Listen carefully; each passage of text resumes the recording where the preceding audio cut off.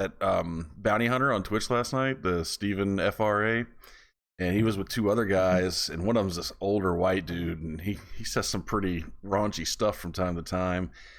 Somehow they were searching this guy's garage, and it was a mess, and he thought he found out where he was hiding in there, and all I heard was if that, and he busted out the hard R, and they immediately went to, like, he's got people like in a studio somewhere that like managed his stream. They immediately went to mute, and what does hard R mean? It's I don't know. Is it racist? So well, yeah. I mean, it's the variation of a term that a lot of black people like to throw around, but it's the variation that they don't like. Yeah. Oh, huh? Oh, I missed it. The N word. Oh, okay. No. Okay, no, Yeah, makes sense. a couple thousand people watching live on Twitch. Hey, man, you can't stop the real world. I guess. Mm-hmm. But you could sure mute that shit right after it happens and try to cover it up. I would imagine. It's done been heard by their ears. What do you mean they? 2,000 people heard it. Oh, what you got there? Sausage and green beans. I was just unplugging my thing, so just in case it wanted to be cracked. What games you got there? yes. Yeah. Kingdom Hearts, Unopened. Metro, and Spider-Man. I meant the other one. Not even in there. Is it in the Xbox 4K? Oh, Detroit. Oh, that's cool. That is. Hey guys, how you doing today? Oh shit. Yeah, Metro X. All right, we ready to do this? Hopefully, this time next week, I will not be in this room. I will be in the dungeon. Oh, you think so? Yeah, I think we're gonna move Miriam in here. Bigger, can hold all her equipment, and then our guest bedroom will just be her room. So Nice. I'll probably be in the basement. Not looking forward to it. It sounded wonderful until I thought about all the times that I might try to game with you guys, and Miriam goes, "Man, I have to run all the way up the steps, Might be good for you. and then come all the way down, Man, and then you're gonna get and fit all the way as hell. I know I'm gonna be skinny." Mhm. Think about when it's dark down there and you see a little critter crawling along the wall somewhere, and you're like, "What's that?" Nah, stop with that shit. Hey, Might find out what Sheldon always runs from when he comes up the steps at 1,000,000 miles an hour, and then stops and turns back and looks at the door like, "What was coming after me?" you ever find out what that was howling in your house anyway? I think it was a coyote, man. I think my uncle lives about 5 minutes down the street from me. He has coyotes in his backyard all the time. So I almost just wandered this way. Here you go. Got them thin walls. Oh, you don't even know, man. Really? All right. Well, if you want to give us a countdown, we'll go ahead and get started if we're ready. Alrighty. 5, 4, 3. Hello, you turkeys, and welcome to episode 30. That's 30 of the SideQuest Gaming Podcast, a weekly podcast where four long-time broke-neck owl, he had an accident, friends get together and discuss video games, television, movies, and whatever else we feel like, because this is our show, damn it. As always, I am one of your hosts. My name is Wes. To my... Well, as I'm looking at you, it's to my left, but I guess it would be to my right, technically. The way they're looking. How's that work? I don't know, man. That shit's too crazy. Over I think here. if they're It's looking my at left. it, I'm looking at it. It's my Yeah, left, your right. Yeah. My right's over here. Yeah, but Um, your left. one day we But need to he's figure sitting- this out, and we won't have to have this big conversation. On the screen. No, he's to the left, but it would be to my right. Yeah. Oh. Even though this is my right because the camera's flipped. No, it's not. Shit, I don't know. Anyway, Somehow it's the I don't It's like the understand. Twilight the Zone. guy next to me is TJ, What up? and above him is Zach, Hello, nerds. and directly above me we have the German wonder Pascal. Servus. What's going on, guys? Fuck you say? Yeah, what'd you say? Servus. Yeah. It's like Servus. Servos, That's German, Southern German for like, hey, good day, how are you? but it's nighttime. Well, it doesn't matter. It applies to everything. Nitpick. It looks It applies to daytime. everything. Don't be They so have literal. Different ones for Spanish. It's like Buenos the noches, bichachos. Bichachos? What exactly is a bichacho? Yeah, what is it? It's a macho bitch. A Uh-huh. bichacho. I thought I was going to say it was a bitch nacho. Hombre, but- amigo, amiga. Thank you for- Bilingual? I'm pretty sure he just said my male friend and my female friend. Conjunctions and contractions over here. Whatever. Conjunction. who's Conjunction. pregnant? What's your function? What? I don't know. Somebody said somebody's having contractions. Tim the Tap Man's wife's having a baby tomorrow. Oh, dang. I thought she was congratulations. having it today, but apparently not. Isn't he one of your subs? Not anymore. Not anymore. Anyway, we got a little bit of news for you guys tonight, and we all watched a very interesting movie. I can't wait to discuss this with Pascal. Called It Follows. Interesting concept. We'll get into it later. But before then, I feel like it could have been a great concept. I think it was a great concept. I just don't know. Maybe okay, great concept executed poorly. are we just gonna shit on it right now? No, I'm just getting it out there so Pascal can load his gun. Oh, And I Pat, can we're show him how to- no, and then we I are can- gonna I can show him what kind of superhero I am when they bounce off my chest. All right, well, but before we do all that, Glue. it's time to play a little game of catch up, which is the part of the show where we tell you guys and each other what we've been doing all week because we don't talk that much anymore. No. Anyway, so at first, as always, bat and lead off, Sick. guys, is Pascal. Of course. It's like, damn it. I didn't do a lot. I had a family in town. It's pretty much from Wednesday till early Monday. I so saw you up early in the morning playing video Playing games. Yeah, Borderlands.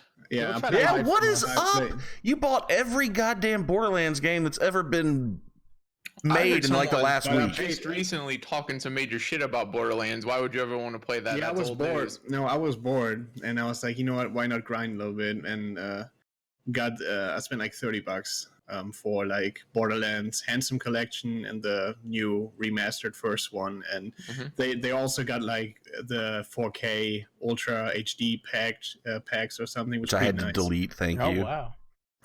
So I don't know. I just it's Borderlands. I mean, I like it, but it's just like a level up Played it all grinding. before. I have a so- comment for you that I'd like to see what your thoughts are since you bought it and you played some of it. I was streaming last night and I was playing Mass Effect 2 and I was thinking, of all the damn games that there are out there from the 360 times to be remastered, why are you remastering Borderlands? Yeah, because I feel like that too. Because you really don't. Honestly, the only good thing was that all the expansions were in there, and they added a little other things, like you can have actually like customization of your head and stuff in the game, and all this stuff you could do in the second one. But it's just different. I mean, I don't know, like the cell shading. Like, I mean, it looked a little better. It does look a little better, but the- not that much. The frames were a lot better, like the 60 frames, but It felt good and it was fun. it's Borderlands, man. Like, I feel like that Yeah. was the whole point of cell shading as a graphic style. It never really gets old. Like, you can't really, I mean, Yeah, I It's didn't like think it would cartoon. be something you would need to enhance. I mean, yeah, exactly. Well, they didn't enhance it. Like some of the colors are brighter, some of the lines are sharper, but it's Right. still when it all looks like mangled garbage together, it still just looks like a pile of shit. Yeah. So- So Do I you don't think know. they But it remastered wasn't. it for those of Hype. us that have played it before, or do you think they remastered it to? I mean, that game's 10 years old. There's a whole new generation of people playing video games. At I this think point. that's why. Yeah, I think that's why. And they're into looter shooters because Destiny and Anthem and all those things are a big deal. So why not try to grab them with the original and get them to buy the original and the Yeah. Handsome collection to get ready But for? I absolutely love the original, but I don't think I would go back and play it again. I definitely think it's I- worth playing for people that haven't played it. Yeah. Yes. Yeah. I want to The play, but vagina right mount now, monster. that thing was awesome. So right now I have the only issue is like it's like a game that I used to play, with people, and now I'm Mhm. playing by myself, kind of, and it's kind of like. Nah. So I don't know. whatever. It's I got it for cheap, and if anybody wants to play, we can play. I also played a little bit Battlefield yesterday, like 3 rounds of the Firestorm We mode. love you, McKenna.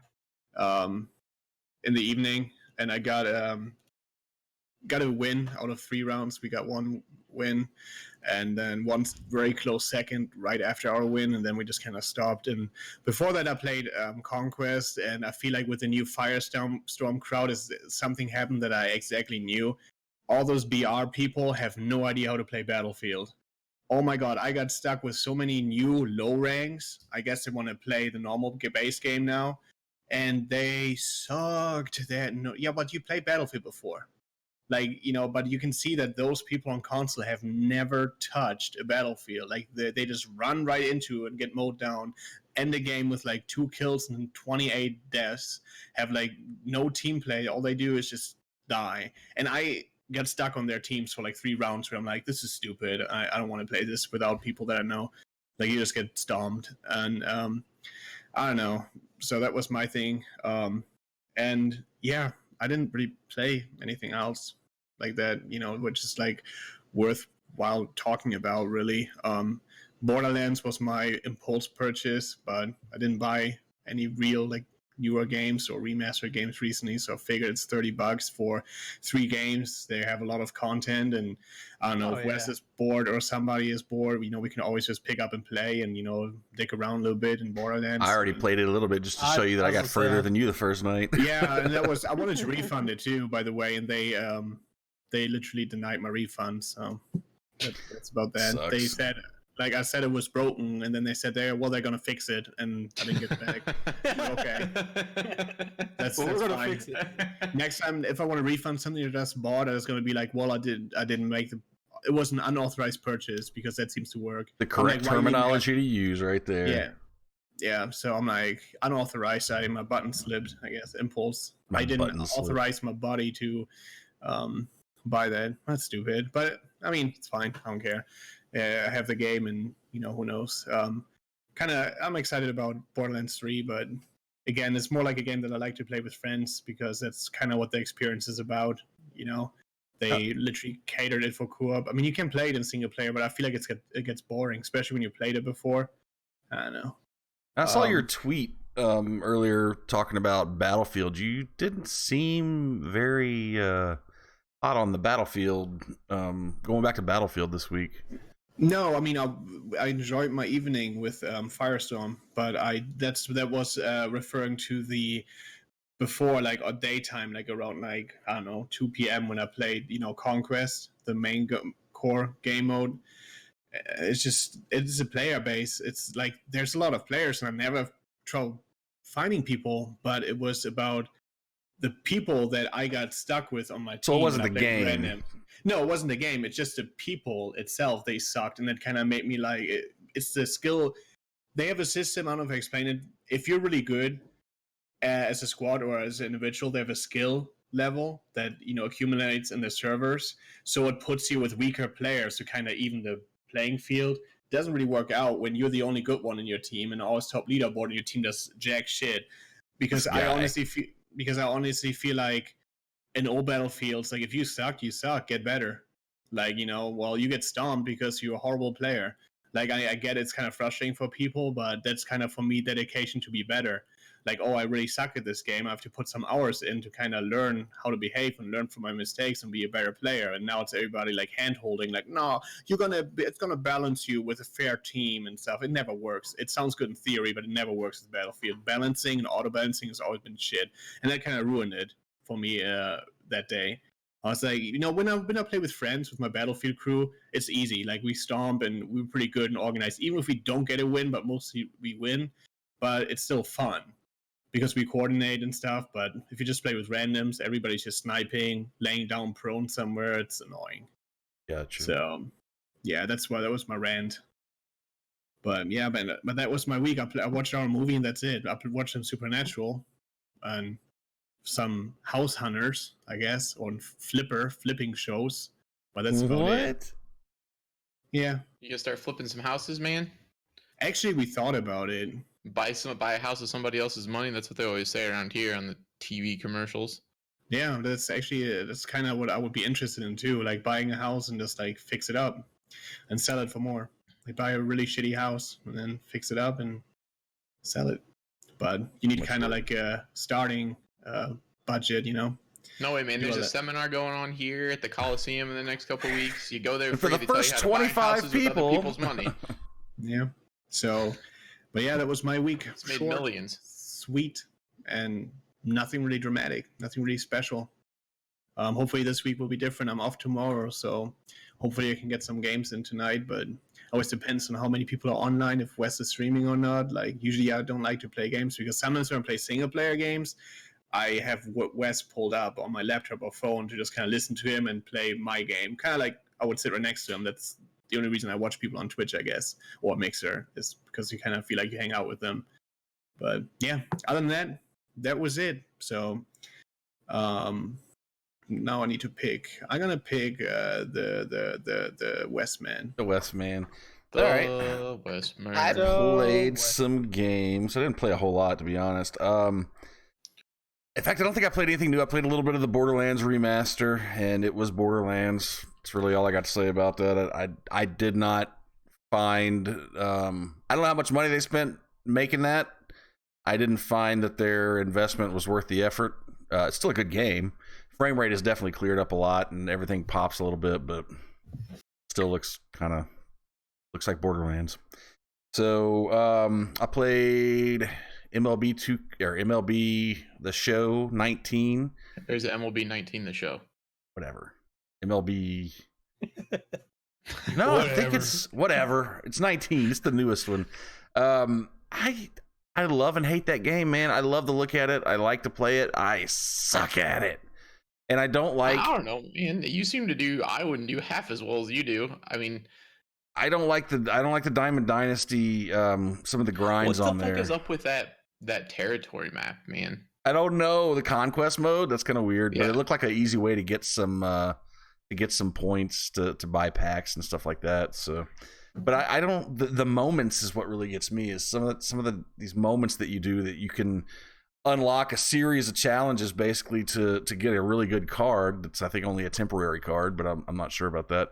But it's like you have to like, pitch a no hitter. Don't allow any hits, and you get through 7 innings and you give up a fucking hit, and you're like, oh my god, I got to do all that again. Then you get through the 3rd inning and you give up a hit, and you just want to like bash your face through your monitor. I don't know that I can keep continuing that, but Road to the Show's fun. And I'm pretty sure that the was March to October or whatever is probably where I'll end up spending most of my time. So, but yeah, played a little bit of that. Played a little bit NBA 2K19. I still really like that game. People bitch about it. I think it's fun. I've had plenty of fun with it so far. And How is the progression there again? Like, do you think you would still have fun if you wouldn't have your VC boost in the beginning? Nope. That's why I waited. That's why I waited until the shit was on like a super sale, and I got it really cheap plus the VC boost and everything, and here you go. So, March to October. That's a Super Spider. Zach wrote in the chat. Is that because baseball season starts in March and ends in October? You might be right want there. My voice to be, I wouldn't want to ask a dumb question because I don't know jack shit about baseball. No, it makes sense. March to October. It's like a double meaning Not cool. thing. Not a double entendre. No. There's nothing special about that. But then I played a little bit of Mass Effect 2 last night. I feel like I played something else, and I played some Assassin's Creed Origins. I'm still squeaking value out of that. How's Mass Effect 2 hold up? I enjoyed it quite a bit. I only played one night, so we'll get back to it. Let's go. What's up, man? And then I watched some stuff. And I watched some stuff. You watched some stuff. I watched some Saw a stuff. dong. But I can't find it. A long dong. What? Long dong, hong dong? What? Oh. Long dong slivers. All right. So, the first thing I watched, well, we all watched, what was it? It Follows. It follows. So we're going to discuss that later. I watched The Melt, the Netflix movie about Motley Crue. That, Oh. That was good. A lot of titties. A lot of titties in that movie. Is that like the biographical but not movie? It was. I mean they're the ones that made it. Yeah. So it was really, really good. Much better than I expected it to be. I wasn't planning on watching it. I was planning on watching it, just not then. My wife started watching it, and like she always does, she's like, well, I'm watching it now, and I end up sitting there watching it. So and it was worth every minute I sat there watching it. It was really good. What I didn't realize was the guy that plays Tommy Lee in it is freaking Machine Gun Kelly. And he did a really good job. Really good. Yep. Nice. Yep. So that's a good movie. I recommend anybody that likes any kind of hair metal or has ever listened to a Motley Crue song, get your ass on Netflix and watch that shit. Good movie. I'm going solid.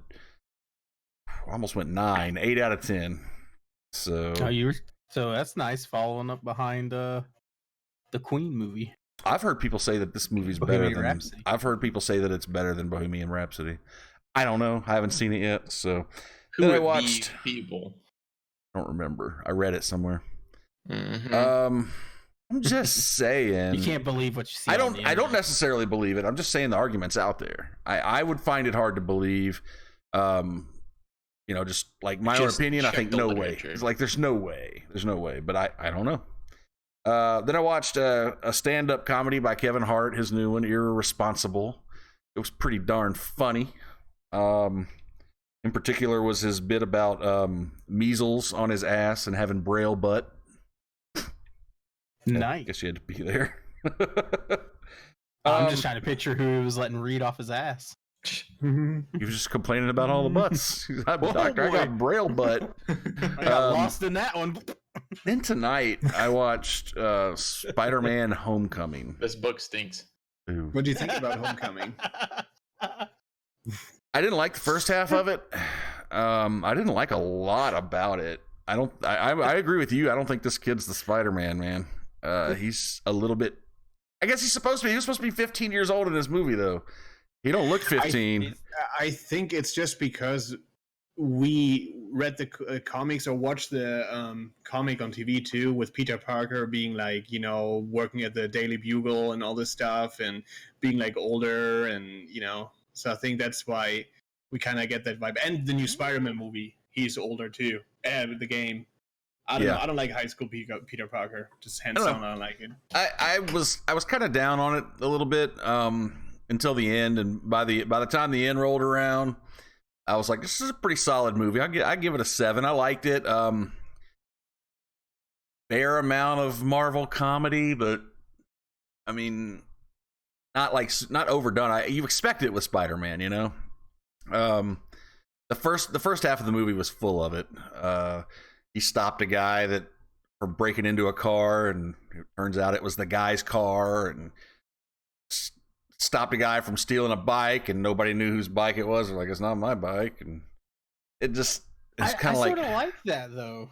I like that. Like that's some of the things I was talking about in Shazam. He's coming into something that he's never done before, so I don't think it's a bad thing. I think it's cool that they're not always just perfect superhero ready to stop crime at the beck of call. But that was Andrew Garfield's wasn't that either. He was not a perfect, and even like Tobey Maguire wasn't the perfect one, especially in the second one. Well, yeah, he let somebody die. Yeah, but I'm just saying, like, man. I mean, with Homecoming, I think my biggest thing was like I like the actor, I like the whole movie itself for what it built up, but I don't know. It's like I think it's still behind Amazing Spider-Man and the Tobey Maguire ones for me. That's just how I rate it. What I kind of realized was that I liked the idea of integrating him into the Avengers, but when I see him struggle to do everyday superhero things or even hero things without the raised stakes that you usually see in a Marvel movie of like going against people with other superpowers, like he'll have trouble thwarting just a regular little rinky-dink crime, but then they want to put him in there with like Captain America and the Incredible Hulk, and I'm sorry, he's just not on the same level. Like, he doesn't belong in the Avengers. But I have to disagree with you on that one right now because that kind of I don't know if you've seen Infinity War yet. But, No, I haven't. Okay, but that you need to watch that then because then you kind of see like that he does fit in with that kind of attitude. So, I think that was my only negative about. Well, it's not his attitude I'm concerned about; it's his ability. No, it's like you will see. You'll see if you watch Infinity War. You'll see that it actually makes sense. How they built the character, and that was my only gripe with it. It was built for the Marvel Connected Universe, the whole movies. It wasn't its own separate things. That's maybe why I'm more biased to the older ones because we're separated from all that. Right. But I don't know. The really cool thing I liked about it first off was Michael Keaton was a badass in it, and when you found out who Michael Keaton was, like there's this reveal about 2/3 of the way through the movie. And you go, oh shit! And that for me, that from that point on, I was on the edge of my seat for the rest of the movie. Michael Keaton was wonderful. The suit, Karen, the suit was wonderful. When that guy hacked the suit and was able to turn off training wheels protocol. And he had all these different options. He was practically in an Iron Man suit, you know. It had all these different options and configurations that he could do, and he didn't know how to use them. But that suit is amazing, and I hope I get to see a lot more cool shit with it. The thing I didn't like, the thing that was just the weirdest to me, was looking at these kids in high school, and I talked a little bit about it in the chat to you guys. Every single person in Peter Parker's class was like representative of a different nationality or gender or, you know, sexual orientation or whatever. It's like you could see this guy over in the corner is obviously the gay Asian guy. Then there's an Asian girl in a schoolgirl outfit. Then there's the Indian person wearing their traditional garb. And Flash, who has always been a white jock, is now a geeky Indian guy. It's like, what? And I don't mind them changing stuff, but every single person in the classroom looked distinctly like a different nationality, you know? And Big city that's living, just, man. hey, look, you got, there was only, I don't even think there was one black person. Of course, he sounded like he was from some tribe in Africa. Oh, you're not going to do that. Then there was the black teacher. Then everybody was, not today. Then there was all the mixed people, and of course you couldn't have same sex. And I'm not. I don't have a problem with it. It just seems forced. It threw me out of the immersion of the movie because I was just like, wow, everybody in this shot is different. Everybody lining up to get on this bus looks like they're from a different place, you know. It's a melting pot, man. Big No, city. they're Not forcing rural. it. They're forcing it. No. You know, there's not two white guys in Peter Parker's class. There's not like the main people that had relationships were all in biracial relationships. Michael Keaton was married to a black lady. Peter Parker was going after a black lady, which is again is fine. It just seems like everything was being forced. And that was weird to me. And I thought, well, maybe I'm just being dumb about it. So I Googled it. There was apparently a big shitstorm that I missed all about Sony and whoever made the movie forcing all this. I forget what they called it, but it's like some kind of like forced equality or whatever. And that it was kind of weird. So I don't know. That kind of took away from the movie a little bit to me just because it was immersion breaking a little bit. Other than that, I thought it was a good movie. I didn't think I was going to enjoy it after the first half or so, but ended up, I'll give it a big 7. What did I miss? Would agree to Is that. that what it is? I'll give it a solid 7. It was good fun. It's definitely a fun movie. It's not as serious as a lot of the Marvel movies try to be. I think when you see Infinity War, you will appreciate Homecoming more. I'm pretty sure. Maybe. I need to watch it. I think it's next on the list. So, and that's it for me. That's all I've watched. So, Sasquatch Nugget, you take it away, TJ. Yo, who's the Sasquatch Nugget guy? I don't know. We go by real names. That's right. Had a pretty good week. I feel like I did a lot more than I had in the last couple weeks. We got another busy week coming up next week. I'm not looking forward to, but it'll be packed full of movie topics next time because I think by the time I get back on Tuesday, we will have watched Hellboy.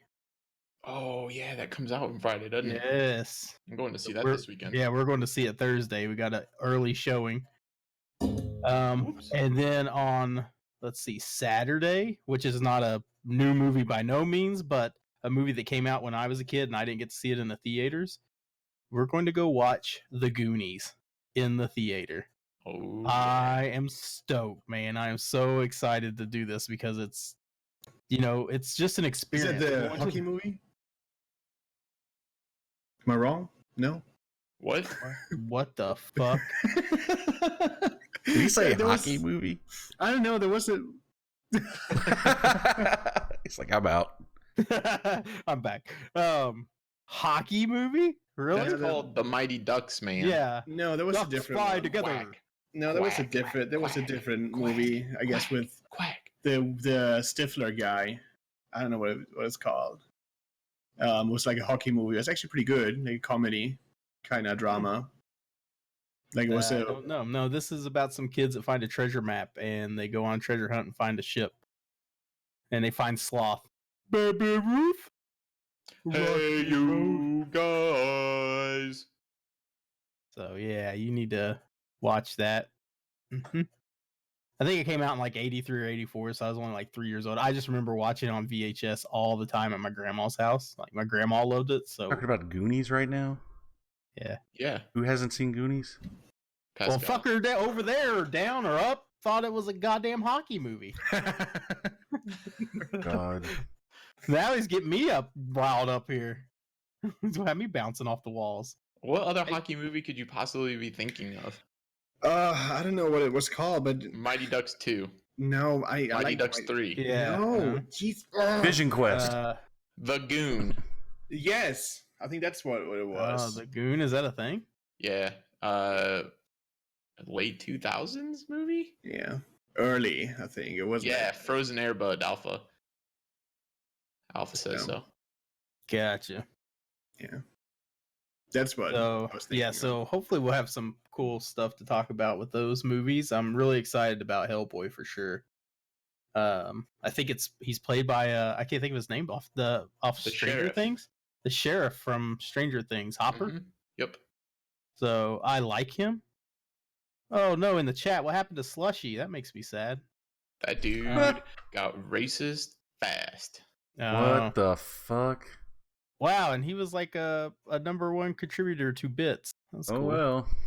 Number said 3. He said you look like a caveman, and I was like, and then I guess. Then he just dropped that N-bomb. Your rant Wow. got him all fired up. He thought he was in a safe space. Yeah. He thought wrong. Yeah.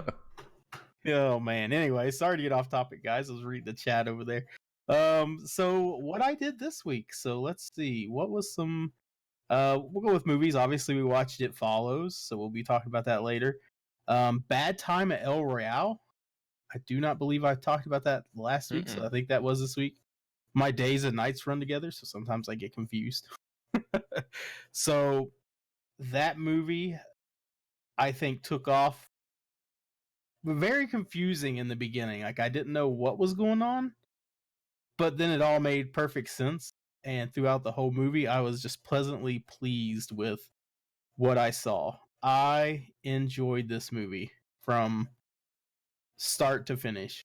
Once I figured out the character building was starting in the very beginning, I think, and you were already starting to find out who's, like, in your mind you already knew who some of the first people were or what was going to happen, sort of.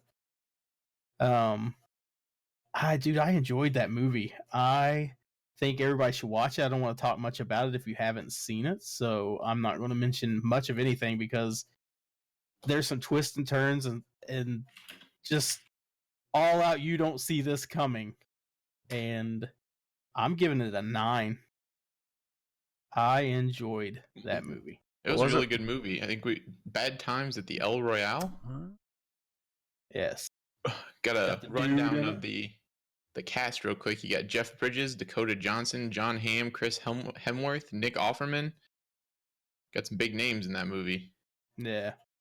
and it was good, man. It was really good.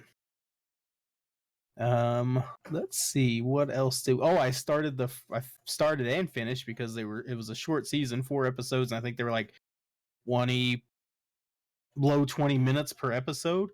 Got a recommendation from Zach of Castlevania on Netflix. Yeah. I haven't watched animated stuff in a long time, and I really got out when I was young, and I think I got away from it and sort of just never really particularly cared for animated things. And this one, Castlevania, caters to adults. Yeah, man. I was I like the story, and I like the fact that you're going through, and it made me feel like I was on a main quest. I'm just trying to get out of Dodge. I don't want to be bothered by nobody. And then boom, Side Quest Gaming Podcast pops up and takes me on a direction that I didn't even know I was going on. Great anti-hero. He does not want to be in the mix of this stuff, but he's compelled to do it because he gets stuck there. Yep. Yeah, and like just in the beginning of that one episode, he's stuck. There's he doesn't, well, I guess maybe not. Yeah, I guess it was episode maybe 2. He has to do, like, he feels led. I don't know if he feels led, but he has to. If you don't do this, this is going to happen, and it's bad for the other people that's involved just because you're there. Yeah. So. But it looks gorgeous, doesn't it? Yes, it looks real good. They don't hold any punches. I mean, I feel like I'm watching like Game of Thrones, Walking Dead. Like Damn. Yeah, you got some crazy animated death and destruction and mayhem. But I enjoyed the first season. I can't wait to get back into the second. And like I said, I pretty much finished the first season in one night. So I know it looks like the second season is 8 episodes long, I believe. Episodes, yeah. Still, I think they got a little longer, but not by much. It's like maybe 2 or 3 minutes longer now, like maybe 25, 28 minutes instead of 23. I can't wait until you get to the end of the second season. They do something very well that a lot of shows don't do in setting you up for a third season, but they do it in a really good way. Okay. I don't know. Yeah, I'm excited. Just off what I've watched on season 1 and to make a call on such a short season, I know Wes doesn't like when we put 0.5s on things. I don't want to go to 9, but I think it deserves more than 8, so I'm throwing out an 8.5 on this series. For Castlevania? It's really good. Seriously, there's some adult animation out there now that's really good. That gets a lot away from the kid stuff that a lot of the traditional animes do. Like it's no longer just Dragon Ball Z type shows out there. Like there are some pretty heavy animated series that deal with some adult concepts and have kick-ass animation behind them. Yeah, because I know we talked last week, I think, about no, we didn't. I think I just texted you guys this week about Ninja Turtles versus Batman animated series. Mm-hmm. So even though I think that one will be geared more towards a younger audience, it's still, Castlevania has got me excited to want to try to get back into some animated series. So I'm excited about that just because it's Batman and the Ninja Turtles. Mm-hmm. What else did we do? Let's see. I think that was it for movies and TV shows. I don't think I watched any more Supernatural this week. So I'll get into the gaming. I'm not going to bore you guys with that. And I know, we're trying to cut this one short. So gaming, I played some Apex. Nothing new there. I still think I have moved. If you want to lump BRs into into a ranking system, I think Apex is number 1 right now for me. Do you feel like you play, and I'm not being silly, like, do you feel like at this point you really even want to play anything other than BRs? That's a hard question for me to answer. And I'll tell you why. It's because I think I want to play other things, but I think I enjoy the BR experience. Like, I won't play a BR by myself. I don't go on Apex and get 2 randos. So if nobody's on, then I don't play it. But I think it's just, that's just me personally right now. I'm not feeling playing other games. So I'd only pretty much get on a game when you guys are on.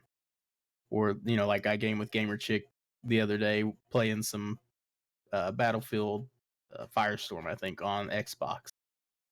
So I understand where TJ is coming from a little bit, because I play the BRs because they're fun to play with just a couple other people, but I would never play them on my own. But if there were a co-op game out that had an awesome story, that was just a story-driven co-op game, I would have no problem sitting down and playing that with 2 or 3 other people. But I'm playing games for more the social aspect of it than I am for the playing games aspect of it, maybe. Gotcha. Yeah, mine's totally like social, and I think I like it too. Like PUBG, you could have fun in. PUBG was more, I could spend more time just talking and hanging out with people. Apex is so fast paced, you don't get a chance to, like, you know, tell life stories to your friends that you're playing with, and it's just more shenanigans. It's funny shit happens. It reminds me of old Battlefield days where we just had fun, like, and laughed and just had a good time about the stupid stuff that happened. I don't get mad at it. I think there's been a couple times maybe I have, especially with this new patch. There's a lot of like shots that miss that are dead on, and you're not getting registered hits for them. So I have gotten a little aggravated with that with Apex. So hopefully they can fix that soon, because that's not been anything until this last patch that they put out, or update, I guess. So hopefully they can get that taken care of. I think that's something that pushes me away from the online shooters. Is I get tired of the varying like performance variables. One, you get used to a game being a certain way, and then they patch it and they change this. Oh, they fixed that and they broke this, and I just like shit to stay the same. You know, that sounds like DICE. Yeah, right, but it's a double-edged sword, because I think it's us that's causing. I think you got so many people that complain that developers won't listen to their communities, and now you got people listening to the communities and they break other things along the way. It's the vocal minority that, like, you have 8 million people on the game. Let's say you have 8 million people on the game, 10,000 are complaining and about something, and they're going to follow them because everybody else enjoys it. They don't even go on the forums on the game or something, so they change it. It's the game changers. Yeah, it's like those game changers, YouTubers who want to have every game the same game they want it to be, and that's what ruins the games. So, let's see. Blitzkill asked a good question. TJ said, "Do you think if Apex would launch a solos only mode, would you find yourself playing it over single player story based games?" No, he won't do it. If nobody was on, and I would just play a single player game. A story driven game. I mean, that's just me. It's just personal. I'm not saying it's a bad thing that people play solo mode. It's not. It's whatever you feel like. It's just, for me right now, what I like is to hang out and be social on, different games, and then a story driven when nobody's on, I'll play. That's how I am. I still play Fortnite solos. I played Fortnite solo this week. I mean, I'm you guys know that I put a lot of hours into PUBG. I haven't touched PUBG since Apex came out, but I can tell you right now, a handful of times that I play PUBG solo. Yeah. I think maybe no less or no more than 5. I remember when we first started playing it, you would get into it and you just didn't like it right away. You did not like being just, one-on-one. You didn't one versus solo, everybody. I feel like in a BR especially, solo is for me the most campiest experience, because it's boring. Yeah. It's too high risk to run out there and look for a fight, because if you get in the wrong spot, you're just dead. So you just kind of chill out. But when you've got a whole team of people you can find and kill, and then I sort of played it like I would play it with friends, and I would come late out of circles and loot till I wanted to loot, because I knew I had people that I could depend on if I got in the shit, that they could probably help me out of a tough spot. But to be running for like 45 minutes straight and go past a tree that one dude was just randomly sitting behind and shoot me in the back and kill me, and that ended my whole match, that just wasn't for me. If it happened with a group, the same thing could still happen with a group, but there's still a chance that somebody could get away and get the upper hand, or maybe flank or whatever. But yeah, it's I think I would PUBG second place in my ranking on that whole situation that I was talking about, and I would put, I only played the beta of Call of Duty, so I can't possibly even try to throw a rank on there, but I would put it right there with Battlefield. Battlefield and Call of Duty third place tied. I missed the Call of Duty one. I want to play it soon. Pascal's honestly, I wouldn't be surprised if I enjoyed the Call of Duty one more now, because I get the feeling that it's similar to Apex. Yeah. So I might actually enjoy that one a bit. So I wouldn't be opposed to trying it out eventually, but it would have to be a consensus. It was just on a free weekend. This past weekend was free, yeah. Mm-hmm. So let's see. We played. So that was Apex. So hopefully they can fix their targeting or whatever's going on with you shoot somebody point blank and don't get any credit for it. Like you get the sound effects and everything. Mm-hmm. We played Battlefield and we did some conquesting, which I had a lot of fun. I think until like the last match, we were on one of those big open maps and just tanks everywhere and planes everywhere, just ruin the whole experience. Every time you get somewhere, a bomb hits you, like headshot. It's Battlefield, man. And then now I did enjoy.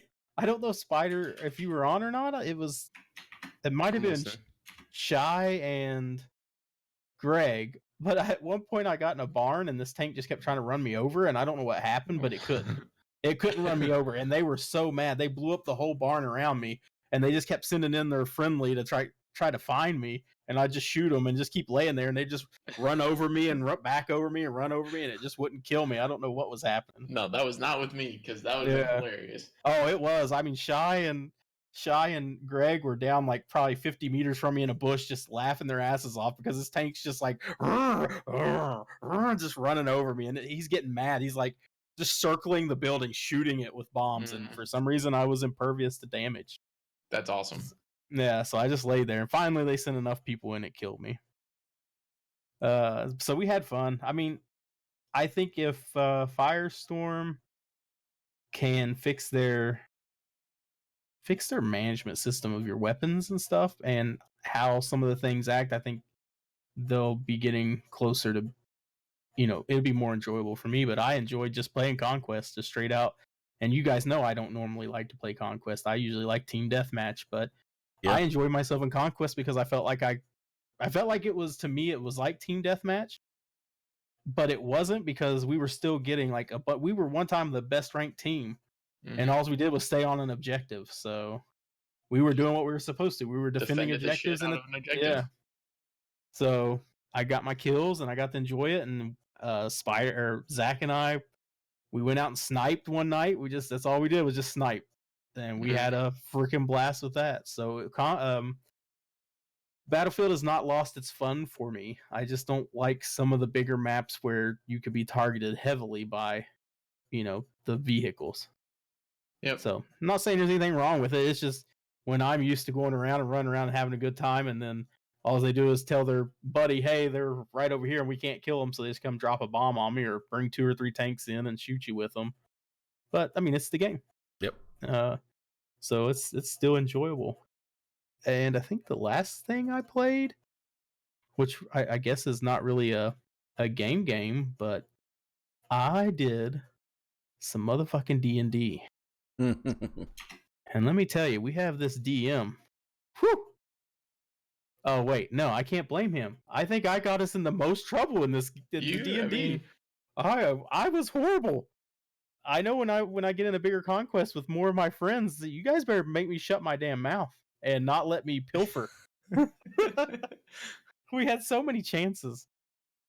You did, but you didn't know, man. It was your first dungeon. You didn't know what could happen. Yeah, no, and I thoroughly enjoyed it. And here's the weird thing about what I enjoyed about Dungeons and Dragons. Not only did I enjoy it, and I can't wait for a couple people that we know to get ready so we can do a big campaign, but it really made me want to play Skyrim. Didn't make you want to play The Witcher? I don't know why it didn't make me want to play The Witcher. It made me want to play Skyrim. I think because I could steal stuff. Yeah, I mean, we had this campaign. A little rapey. Yeah, it did get a little rapey. I almost got an innocent person murdered. Let's just put it that way. Thank God some not a what was it? Not an initiative roll. What was the roll? Persuasion roll worked out in our favor because I almost killed somebody because I opened my big mouth. So I'm just gonna break it down for you guys, and I'm gonna make it quick. So me and Deckard met up on the road. We were sort of chilling, walking down the road. We see a fire in the distance. We hear some screaming. We meet up with the guy. We decide we want to investigate. Skip over the part where you were gonna stab this dude who was running at you. Yeah, he was running. Yeah, he was running at me. I was ready to just stab him. I didn't know what was going on. I was scared. Okay, there was fire. They were screaming. I'm already like PTSD in Dungeons and Dragons. I was ready to just kill anybody that got too close. So we noticed the horse is bludgeoned to death. I think the wagon was on fire. He tells us his wife and daughter is missing. We decide, yeah, let's go help. Let's go see what we can do. He tells us what he thinks takes them. So we sneak around this cave. We follow some footsteps in the cave. We sneak around. We see these two little dudes guarding the cave. They hear us coming up. We attack them. We kill them. We make it through that. I'm feeling pretty good. Like, okay, we got this. We're pretty badass. We go down in this ornate cave, like hand-carved steps, beautifully inlaid with torches all the way down. We get into the bottom, and we decide I think we hear screaming on the other side of a door, and we just decide to barge through the door. We're not even asking questions. Poor Deckard ran in this door, knocked it down, and gets stabbed in the back by two things waiting on the other side of the wall. We get the better of one of them. One of them runs away. He sneakily runs away, and luckily our dungeon master Zach was very kind and slowing down his wording. When the creature ran down the hallway, it jumped over a certain threshold of the hallway, and so we knew to check out that threshold, and we found a trap that probably would have murdered us if we would have just walked down the hallway. So you got to think about these things, and I'd forgotten if you get somebody that takes it serious when you say something, there's a possibility that's a bad thing to do. So we get into this. We get into the next room. Once I think we get healed up. We kick down the door of the next room. There's mom and child in a cage to our right. Pretty big room. Now we have two more of the little guys that we fought, and we have a flying one who has a dagger. And we decide to attack right away. The one with the dagger. I think Deckard went in again for a close attack. He killed it. We got hit with this magic. It was a magical dagger. It threw like orbs at us. And dude, I'm like panicking at this point. And Deckard's like, let's just take it out. So he runs in, slices this thing open, but now he's surrounded by two of the other little guys. And I decide to use my frost breaths, and I freeze these little guys, and Deckard takes a little bit of friendly fire, but we are able to save the child and the mom. Unfortunately, back in the conversation with the dad, we had decided what is in it for us. One point we decide on Deckard gets to lay with the woman if we rescue him, and I'm going to take the horse meat from their bludgeoned horse. I'll rescue you if I can fuck you. Yeah, pretty much. So we take all this down, and then this is where it comes in, where I say, you got to watch what you say, because I pretty much said, oh yeah, Deckard, don't forget, you get to lay with the wife. And at this point, the wife ends up getting freaked out because she thinks she's getting ready to get ran over. And she picks up her child and takes off running down the hallway with the booby trap. And I was like, we need to stop her. And then I'm like, well, wait, I can't yell at her because I've already freaked her out. So Deckard's like, I want to calmly tell her to be careful. There's a trap down there. So we rolled persuasion, and we thank God it was high enough score that she heeded our word, picked up her dress, stepped over the booby trap, and then got the F out. Should have let that bitch die. Oh man, I don't know. So then they were protecting. Then you could have had your way with her. Yeah, they were protecting the statue, and this is where it's so fun, man. You could do so many things that you don't even know. So there was a statue that they were all by, and it was described as a big statue, looked like a guardian of some sort with armor, had a sword that was held onto by one hand down in the ground and another hand that was out. And I was like, I want to put something in there. And we decided against the health potion because they were worth a good amount of gold. And I think I ended up putting the dagger that the winged beast had and it opened up a secret door down into another cave. So we got some torches and went down, and there were 6 sarcophaguses down there. Mind you, we've already fought like 1, 2, 3, 4, 5, 6 things already, and it's just the 2 of us. And we've already used 1 health potion. We got my health potion left. So we go down in there, 6 sarcophagus. At the end, there's this big, huge one that's standing up.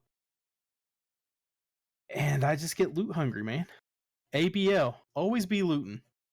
I gotta steal something if there's something worth stealing. So we roll, we get the top off this big main sarcophagus, and there's a sword in there. And while we're looking at this sword, it's just a beautiful sword. We need it. We gotta have it. But before we could take it, 2 sarcophaguses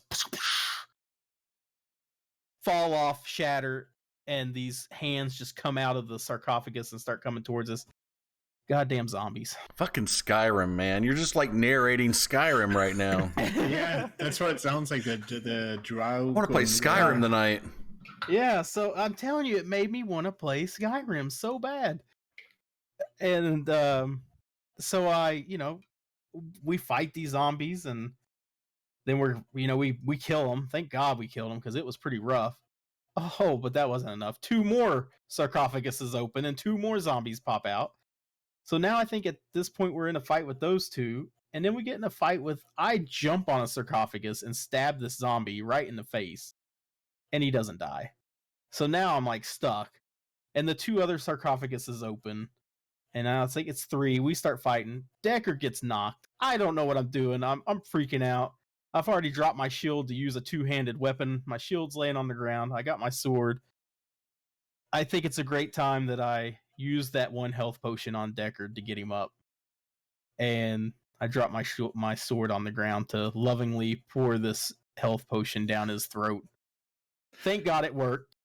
It revived him, and we ended up beating all the zombies and getting out of there with our lives and a cool dagger and a cool sword. I know I said it was short, but man, I was excited. It's awesome. Yeah, so I cannot wait for you guys to get your asses ready for some fucking fun. Oh man, it was so much fun. You totally have to stream it too. I think I said that multiple times. Every time something crazy happened, I was like, "Why aren't we streaming?" So, sweet. Yeah, it sounds like fun. We will be. Yeah, it was great, man. I had a blast. So I can't remember if our characters are going to carry over to ours. Is that a thing? Yep. So, F you nerds, I got a cool dragon. No fucking fair. He's already got loot and he's higher level. Listen, it's okay. My no higher level. Just they have a cool sword and a cool dagger. My Dean Winchester spin-off will be the God mode. There you go. Yeah. So yeah, I can't wait, man. That's all I did, guys. That was an absolute blast. It had been a lot. Like, I couldn't even tell you how to play D&D anymore. It'd been so long, and I never really, I want to say, truly played, because I only knew my cousins that played, and they lived 2 hours away. So it was like, I think they just had like a quick thing set up that we played when I was younger that really didn't account for anything other than practice for them. So it was great. Great. So that leaves the Zach. It's my turn. I'm in the same group as I didn't do a whole lot this week. I watched some Sabrina because season 2's out. So chunked through 4 episodes of that, and really enjoying it. The opening episode of season 2 was a little anti-white establishmentarianism-y. We're gonna jump on that same train again. It was just very down with the white man and the normal gendered people and all this kind of stuff, and then it kind of mellowed out a little bit. But watched that. Watched It Follows, which I'm excited to talk about. I played Apex, and I don't know, got in the groove this past weekend, and it was fucking killing it for a couple nights. And then I played a lot of Battlefield 5 and fucking loved it. I'm gonna Pascal it up over here now. I missed playing that game a lot. Me and TJ had the cool sniping night, and that was a blast. We just ran around with snipers, shooting people in the faces, having a good old time. got in with 5 people at one point, which kind of sucked because of 4-person squads, but it was still fun. We got in the opposite team of Shy for a while and ran him over with a truck. That was real cool. I had a blast driving just Jeeps around. I never really messed with tanks very much because that's just not my style, but running people over with Jeeps was a blast. The game actually plays really well, and it looks gorgeous. Like, the gunplay is really good. I don't feel like any of the guns that I have starting out are extremely shitty compared to all the guns other people have. Scopes are all cool. I will say iron sights blow. They blow hard, and the sights they give you aren't amazing, but they're better than iron sights. It's for damn sure. I had a good experience with most of the random people I played with because I played quite a few games with just random people, and everybody in my squads were always pretty cool. I had one time where I was squad leader and I was trying to drop one of those cool things. And it's just one of those video game moments where if you explain it to someone who doesn't play video games, they wouldn't understand. But I'm fucking with this menu, trying to get this airstrike to drop, or they already strike. It's not going, and then I drop it right in front of me instead of on the cap point. And we just run past it, and there's this other guy in the squad, and right when the artillery rains down, he just slowly turns around and he's looking at me, and behind me is the arty strike, and I'm just like, whoops, and he just laughs his ass off right at me in my face, and we carry on. And it just kind of miss that kind of stuff, so that was cool. I guess ignorance is bliss on my part compared to Pascal because I don't know what's going on in the Battlefield game, so I couldn't point to all the other low-level noobs that don't know how to play Battlefield. I think I'm already like 140 hours in with that game, so plus 140 hours. So I think I kind of like notice more because I had really, really fun and good rounds, but then you don't play with your regular people and you kind of notice like, oh my god, why are all the randoms like so bad? Oh yeah, I'm just spinning around in a circle looking for wherever the lines are on a cap point. I just run at that mindlessly over and over again. Tanks are fucking hard to kill, man. Two shots with a pirate in the back and 3 with a Panzerfaust. I hit a tank with 2 Panzerfaust in the back and it didn't die. No, it's a pirate. The one that drops, like it's like oh, I don't have those. It's like it literally is like you shoot a potato because it drops like right on your feet if you don't aim it high enough. But that's why the damage output is a little bit higher. Gotcha. And then the one tank I tried to sneak up on, that didn't work out for me very well. That kind of sucked. I'm running because I already shot my Panzerfaust at some other tank, so I just got the sticky dynamite and I'm hauling ass across this field, and there's no cover around me, and as I'm approaching, the turret just spins and stares right at me and blasts me right in the face. That's when I message you and I'm just like, do tanks have fucking radar? This is bullshit. Nope, that dude just got lucky. I would drop the dynamite and go to AT mines because in other battlefields you couldn't do it, but this time you can actually climb on a tank and just put the mines on top of them. For example, 2 AT mines could take down a tank. So that's what I used to do. Like when there's camping tanks or something, you just like climb on them. They get all freaked out and you just throw AT mines on them and destroy them really quick. Tanks are more a squad effort though. So it's, I definitely got that feeling. But that was cool. I had a blast. I'm probably going to play quite a bit of Battlefield. I'm glad I got it for free with my video card. There you go. And now I think I've talked everyone into getting it that I play games with now who didn't already have it. So have a good squad of people to play with. Oh yeah. Did I play anything else? Ooh, some Sour Patch Kids jelly beans. Ooh. Nice. They're pretty good. Easter candy. Dude, I can't resist. I cannot resist the Easter candy. I played some RimWorld. That was this past week, right? I don't think I've talked about that on the stream, on the podcast yet. Have I? I think we talked a little bit last week, yeah. Oh, okay. Well, but I know you played more because I wanted to see. I was wanting to see it. Still, I think I've ruined like 3 more colonies. One of them I let everybody starve in. I just forgot to do some important things. This is the one where your dog got his eyes eaten out, right? Yeah. Is it also the one where I chose to sleep outside? I don't really think you chose. I think you were kind of forced into it by those. But yeah, that's such a real life scenario too. But yeah, I think that one you guys all starved because I forgot to make stuff for food. Common theme. But I currently have a pretty good one going on. Except there is this boom antelope, which is like a creeper from Minecraft that went mad and was charging right for the colony. So I send my hunter out there, and he kills this boom antelope and blows it up, and he comes back, and everybody's just doing their duties. And then I look out, and in the distance from the colony, there's a rapidly growing wildfire from the boom antelope having blown up that I'm gonna have to like dig some fire lines or something for. So I don't know how that's gonna go. I think I can do that. I assume I can do that, but I'm not sure. Did I tell you guys about the one where my buddy Matt got gored by a rhinoceros? Oh no. Okay, so I start a new one with with me, and I named him me, Cody, and my buddy Matt. And my buddy Matt was the hunter, and we were in a tropical rainforest was the biome, and the only animals around to hunt were rhinoceroses and elephants. So I figure out of anything, a rhinoceros has to be easier to kill than an elephant, right? Just like if we're talking on a scale of easier to kill animals, rather take the one horn than the two. Exactly. So he goes out there and he shoots this rhinoceros a couple times, and then obviously the rhinoceros gets pissed off and charges him. So I try to make him run away from the rhinoceros.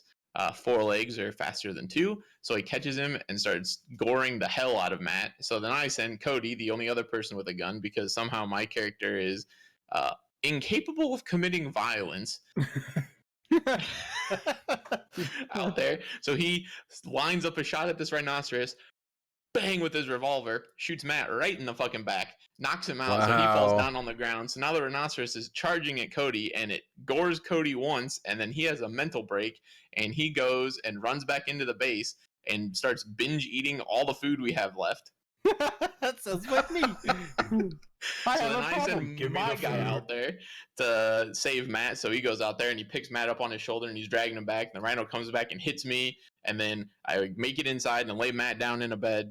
And then I go to get medical supplies to treat his bleeding wounds. Then he bleeds out on the table right in front of me. And then, well, I've been gored by a fucking rhino. So in the middle of me trying to patch myself out, I bleed out and die.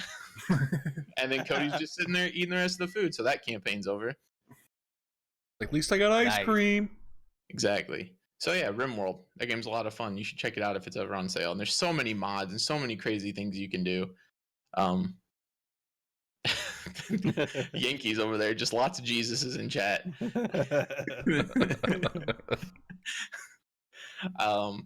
So that was cool. I enjoy that game a lot, despite how absolutely bad I am at it. Let me look and see if I downloaded any other games and played anything else. I don't think so. There's a new Warhammer DLC coming out, The Prophet and the Warlock, and it adds 2 new legendary lords and a bunch of cool new units. So I'm pretty excited about that. And I really think that's it, man. I did the DM stuff for Dungeons and Dragons. I bought some new comics this past weekend. What'd you get?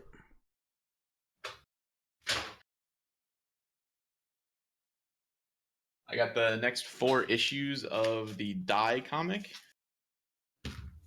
Every time you say it, I just hear die, die, die. It's hard to see in the wrapper. Nice. But they're enjoying it then? Yeah. The second one was awesome. I haven't read 3 through 5 yet, but it's really cool. It's Jumanji for adults.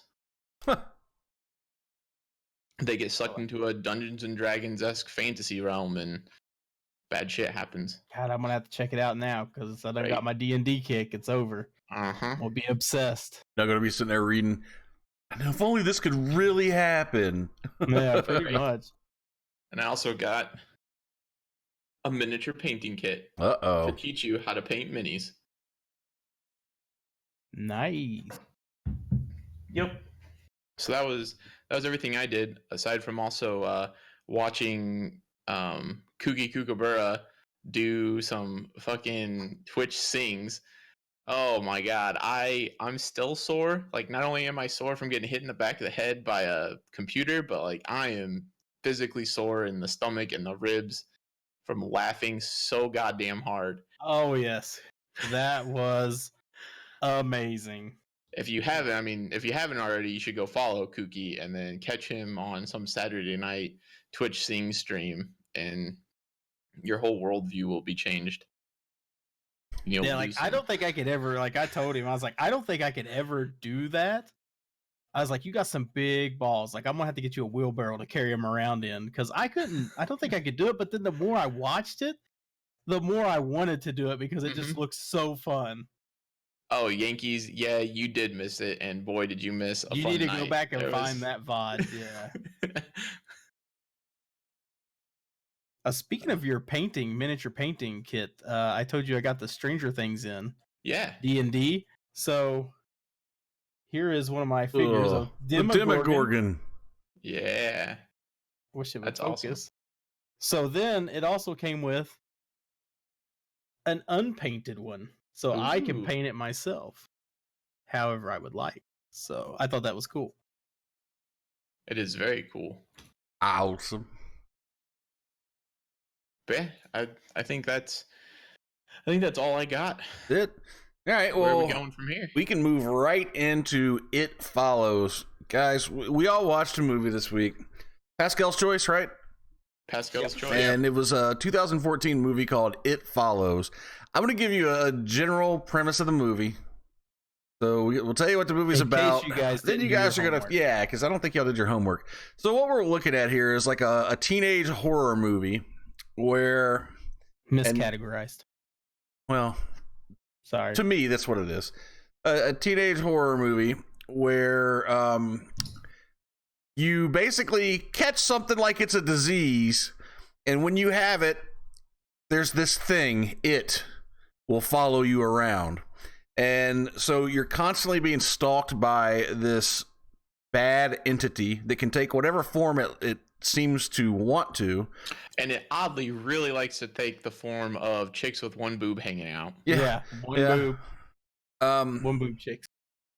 So it moves slow. It always only walks, so you can get away from it. But it can come at any time from any direction, anywhere. It's an interesting premise. The weird part about this movie, and where it kind of lost me, was they explain it as in it's almost like it's a curse, but it's more like a biological disease type thing because you can pass it on to somebody else by having sexual intercourse with them. Then exactly right. I'm like, it's a venereal disease. Then the thing stalks them. You can still see it, and if they kill the last person, then they come after the last person in the list again, and it just goes down and down the list. So, being that that's the premise of this movie, and we're talking about it, a bunch of teenagers here. If some asshole gave you this disease because you was hitting it, next thing you realize is it follows you now, and you really wanted to get as far away from this disease as possible, what would you do? Would skeet and everything I could. You go fuck a hooker. Dogs. Because that's gonna pass it on down the line like a gazillion times in a week, and that's. But my thing is though, it would never make you feel any better though. Doesn't matter. How do you know it hasn't killed? But that's what happened. But that's the ending right there. They don't show it. But he drives past those two hookers, and they keep looking at him, and he's looking back at him. And then the next thing you know, it's him and the sweet girl walking down the street, and they're just all like, our life sucks now. Them. But yeah, it was. Maybe. You don't know that. Was it? You don't know that. It died in the pool. Well, but you don't know that that's what that was. That could have been anybody walking. But my point is, that's the premise of the movie. It follows you. You catch it from having sex, and they get rid of it, possibly, assumingly. That's what I would do, at least, by going to a hooker and letting them send that shit on down the line far away from me. So, thoughts? Go for it. TJ, you first. I mean, Pascal's shaking his head, so... I'm going to shit all over it. Yes. Nothing. Go ahead.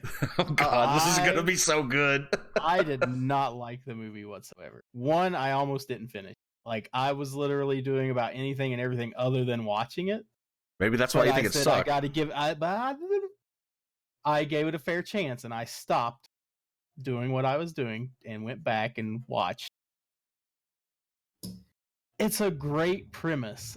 I feel like it just needed something else, and by needed something else is some kind of explanation. What is it? Where does it come from? What is its goal? Other than to murder people that to walk slowly behind just you. got banged. Right. So there were so many things. Like, one, I think it should have been categorized as a suspense thriller. Because what got it up to a 2 for me was the anxiety that it gave me. Not knowing where it was going to come from. Not once did I ever get hairs. Isn't it a horror movie though? Not to me. To me, horror would be I'm scared to shitless. Like, I can't sleep with my leg out from under the cover when I go to sleep. This is more suspense to me. Like, I was left like, oh God, what's going to happen? Like, I guess we should clarify too that if you don't have this disease or whatever, nobody else can see this thing. So it could walk right past anybody in the movie. And it can also interact with them. Yeah, or it can bitch slap the fuck out of them. Yeah. When that dude's like, oh, it hit me. Motherfucker, it did not just knocked you off the screen. It knocked you off the screen. It knocked you off the wide screen, bitch. Yeah, so I like that part of it, that it could interact with you and you could interact with it. At one point they throw a sheet over it, and I thought that was pretty neat because the sheet was just sort of floating there like a goddamn Casper. Yeah. But I feel like there was so much left out of why. What are we doing? Like, okay, so let's just take this for example. Again, why I don't think it's a horror or horror. You horror. You kick a hole in the door, and we all know what's going to happen. She's crawling towards this hole. Whoever you okay? And you know what's going to happen. Something's going to come jump in that fucking hole and scare the shit out of her. It's like Friday the 13th or something. I was suspecting it. Yeah. Like a horror movie. Trick me. It doesn't have to get fancy for it to be a horror God, movie. There wasn't anything there. And then it's behind her. And then I go, ooh, you got me. Like, it was telegraphed. I don't know. Maybe it was done on purpose. Maybe they didn't want to make it that way. Mm-hmm. Did you notice anything besides the main plot? Did you see anything where like, that's kind of weird because it's kind of like absolutely all over the place, like the TV, the cell phones. You have some the birth control. It wasn't even a cell phone. It was like a something, but then they were looking at a fucking 1970s TV. Did you pay attention what was on the TV? It just looked like an old TV show to me. I mean, I didn't go back what happened in there. So, a space thing. I don't like, you can continue your story, but that's kind of why I wish I could have talked to you guys before, because I watched it before and I was kind of where Nugget was. And then I looked at the whole premise of the movie, what this was about, right? And that made the movie so much better for me. The premise of the movie is it's a dream. The whole concept of the movie was the director of the movie had, when he was younger, a lot of nightmares. And he was kind of recreative how it is when you are having a nightmare. The thing that you cannot really escape it. You make choices, but the choices are never really, like, I don't know. You guys have nightmares, and they don't always make sense either. The things, it doesn't. A lot of things make no sense. So you're in this dream state of things, and that is kind of the explanation of, for example, the art direction they went with. Okay, why? But I also feel like that doesn't make it a good movie. That's almost like an excuse. I see what you're saying. Why? Give me why are we in a dream? No, it was representing a dream. It was all a dream. It represented the horrors of a nightmare. It doesn't really necessarily make a lot of logical sense, but it makes a lot. It's the horror itself. So he's on the purposefully not making it make sense. No, it's hard for me to explain it with the words that, like, I can't really explain it the way I want to. I feel like use your German words. I'll look them up. Well, it's like if I have it's like, for example, the whole thing was the concept of a demon that followed stuff, and it was. But how do I know it's a demon? How do I know it's not a STD that's fucking up their brain? Like, goddamn. But that's the thing. That's all the thing. other But that's people. the thing. Like, if I go in with a premise that he recreates a feeling of a nightmare that you get when you're having a nightmare, which it did for me, because I have some messed up nightmares sometimes, and yeah, they make sense, but they don't make sense in a way like you might want to watch a horror movie. You might expect so many things that make a horror for me, but this movie is completely different. Now, I'm not saying it's a 10 out of 10, but if I go in with the knowledge of, okay, this is what a dream feels like on television right now, I think that's exactly what I felt through that personally.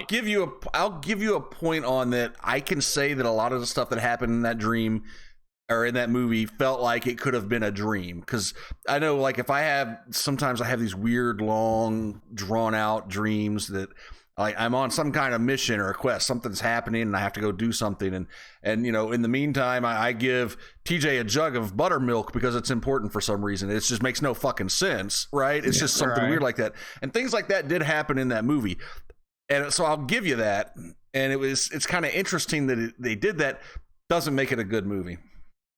I know. I like the soundtrack. I did like the music. I felt like I was back at Stranger Things. Twin Peaks, man. 80s.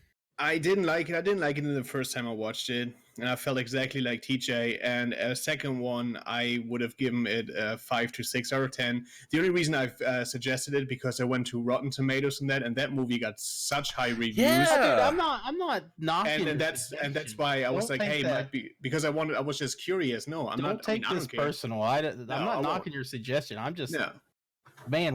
When I thought, I can't believe the scores it got. Yeah, I gave it. Well, so far, I'm not gonna say my can. You already did. I can believe it got high scores just from a pure cinematography standpoint. It was a well-shot movie. Yes. The score was really just okay. I thought the score was great. I thought it was shot very well. I thought the acting left a little bit to be wanted. I didn't think they did a great job until near the end. But I loved all the scenes. Felt like they had very deliberate movement in them. So the camera's static and then the characters are moving very deliberately around, or it's a nice slow zoom that just felt right and added to the eeriness, and then the creepy but not really creepy, just a little unnerving soundtrack fit in really well to give you the right mood. But I felt like the plot fell flat on its face because there was just, which I guess if it's dreamlike, I could get that, but all I picked up from it was a big old allegory about why premarital sex is bad for you. With the soundtrack, I really like. It wasn't a very complex soundtrack at all, but they weren't afraid to let the soundtrack just blare through the movie at certain points and really kind of take over, and I think it did its job very well. Where you're talking about the plot falling apart, when you decide you're gonna go make a stand, you've got this group of 4 friends who one of them is constantly being stalked, so they're all staying together to try to help, even though the people that are with them are pretty much, they feel helpless because they can't see what they're fighting. So this guy gets the genius idea. How did you know this was gonna go horribly wrong? The genius idea to pack up every freaking electronic appliance in your house and go to a giant Olympic-sized indoor swimming pool and plug them all in to every power strip in the world. Pool has all those exactly outlets, any outlet around it, and then have the girl get in the fucking pool as bait. And so they expect that this dumb thing is going to come walking right in there and just get in the water. Nope. I'm just going to start throwing electronics at your dumb ass while you're sitting in the pool swimming. Yeah, Lost me. It was cool to watch, though. But that really drags me into the dreamlike aspect of it. Like, if there's any decision in the movie that makes it feel more like a dream than anything else, it's that idea right there. Like, that's a Rube Goldberg machine of how to kill the monster that's chasing you. They never got any info on, let's use electricity anywhere else or anything like that. A swimming pool with all those outlets plug things into around it. Like, that's just out there. Yeah, it was weird. Yeah, and but I feel like they either had plot holes, or they're trying to set up to make a second one. No, I think the only reason why I say that is because they leave stuff out, and this is why. When she's standing on the beach, and she sees the boat with 3 guys in it. Yes, Pascal, explain that to me. Off, and then we get nothing. The same as we don't get anything with the hookers, and I think 2 is going to come back to be what they did. The ending was basically like when they walk out, like on the road, when they walk together, and the demon follows. That's again but that's your interpretation. You don't know that. No, it's actually what he said too. Like it's like if you go and the producers like ending explained, it's that it's always there, and it's kind of like I think I have the perfect example for you guys. It's kind of stupid, but when I was younger, I always had like this one dream that I can remember. I used to watch like Dragon Ball like crazy, and I had the stream several times where I wanted to use like the moves they make, right? And everybody was making them around me, but I couldn't do it. I tried and tried again, and it always failed. And that was the kind of like what this movie did too. Like it's kind of this dream thing, like how a dream would be. It always is the same thing. It's your mind playing this game, not you consciously. Like you just subconsciously, like kind of trying to do all those things that you know. And I think that's with a pool scene. It's like, okay, in a normal pool there would never be outlets, but in your dream there are outlets and there. I get that, and I think that's cool. And it did feel like a dream where, like, especially in ones where you're running from something. I have that all the time, where I'm trying to get away from something. It always is there. It always follows and you. It doesn't matter what you do. You never beat it. You're just constantly getting away, and it's fucking stressful as hell. And then you wake up. Is it weird that I've never had dreams like that before? I would consider you lucky. I've ever had was I was doing some stakeout for like a police dream, and I dripped some fucking cheeseburger grease on my favorite green shirt. I would consider you lucky. And I was super bummed about it. Super lucky, dude, because then some of them dreams will fuck you up for a while. When you night terrors, man. Yeah. My favorite scene was easily when they all decide to go to the pool, and as they're leaving the house, just magically it that follows is standing on the freaking roof of the girl's house with his balls hanging out. Just that's the one scene that I didn't understand. No, what again? What Sasquatch about the ball hitting the window and the kid sitting on the outside of the window crouched down? Do you think that was just kid was creepy? And that kid was the same. The thing took that form when it was coming to crawl through the door. It blew up at the beach house. Yeah, but didn't they say that it takes the form of their fears or something? Yeah, but she hadn't done it with that guy yet, had she? Oh yeah, she had. Yes, she had. Yeah. So here's the thing. What happened on the boat? I want to know what the significance of that scene. First of all, time out. Let's just start from the very beginning. There was a scene in the very first scene of the movie, shows a girl running out of her house. She goes and runs around in a circle in her neighborhood and in her high heels and shorts, runs back into the house, comes out, gets in her car, and leaves. Okay, now assuming now that we know what we know, she was running from the thing that we couldn't see, right? Correct. Right. And she goes down to the beach, and her parents call her, and she's crying on the beach all by herself. What was the significance? Who was that person, or does it even really matter? It's just showing this is what happens. I assume that was either that. No, that had to be the dude that gave it to Jay. Yeah, the one before. Gave it to her too, and then it came back after him. Okay. Yeah. And then the one that TJ wanted to know is when she was on the beach, she goes and there's these 2 people on a boat. She takes her clothes off and goes to get in the water. As she's walking into the water, they just cut the scene. You have no idea what happens, and she's back goes home out there and fucks those guys. Train ran on her. She comes back. But then it killed them all. And then it killed them. Right? Yeah, because it had already been chasing her. Yeah. So it was already close to there, so it just goes out there, gets back in there. Okay. So I just felt and like I want to know if the guy fucked the hooker. Stuff like that, like the prostitutes as well. But here's some weird shit that I noticed. When that in the very opening scene, you guys go back and watch it because I watched it like 3 times. When she runs out of the house, everything. There's like a time relativity, something going on in this movie. Okay, well, I'll just stick with this one because I want to jump to another one, but I want to whatever. She comes out, everything is fucking lush and green. And when she runs down that sidewalk and goes back around, the trees are dead. And like fall colors. They're no longer green. The same thing I noticed with the pool she swam in, then went on a date and they were wearing fucking jackets. Like everybody was loaded up like it was cold. Doesn't make any sense because it's a dream. Well, not even just her though, because when she was walking down the street, she was in a jacket. I made mention of this to McKenna. I'm like, the fuck's going on here? Why is she wearing a winter coat, but that girl's just wearing a short sleeve shirt and shorts? Can I brain? And you're gonna tell me F you all right now? Do Can it. I brain mess you up? Yeah, go for it. The scene that Nugget, like that might, in my eyes, the way I seen it, I might be completely wrong. How long they have been running from it in that first scene? So you think they're cutting different time periods? Like, yes. Kind of because like, then I was weirded out. Why didn't the dad follow her out of the house? Like he just chased her in and was just like, "Okay, well, I'm okay with you going out with the car." Well, it was probably it could have been the next night. It could have been 2 hours later when she ran out. Yeah, it's. I think there's a lot of like thinking with that movie, which went way over my head with a lot. So after reading like his like from the director, I appreciate it more, but it doesn't make it a great movie in my eyes. I don't understand why there's so high ratings, but I'm not a movie critic, obviously. I don't get it either. Like it's just like it must be so good that I can understand it, I guess. You know, where it's a good.